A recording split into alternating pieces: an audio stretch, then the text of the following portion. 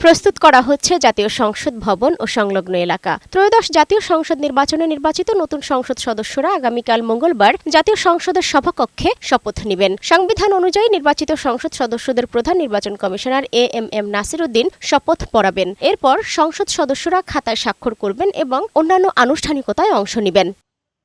শপথ গ্রহণের পর দুপুর 12টায় নির্বাচনের সংখ্যাগরিষ্ঠতা পাওয়া বিএনপির সংসদীয় দলের সভা অনুষ্ঠিত হবে। সেখান থেকে আনুষ্ঠানিকভাবে সংসদ নেতা নির্বাচন করা হবে।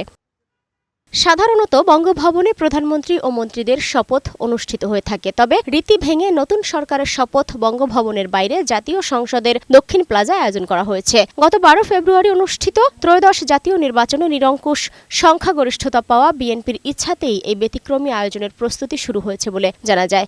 দক্ষিণ প্লাজায় বিএনপির চেয়ারম্যান তারেক রহমানের নেতৃত্বাধীন সরকারের শপথ অনুষ্ঠান নতুন ইতিহাস সৃষ্টি করবে বলে মনে করছেন সংশ্লিষ্টরা।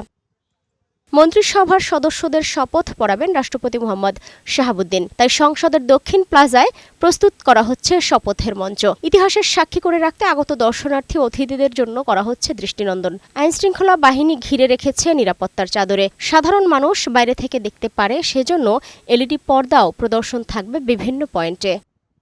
সালমা জাহান মুক্তা, বৈশাখী সংবাদ, ঢাকা।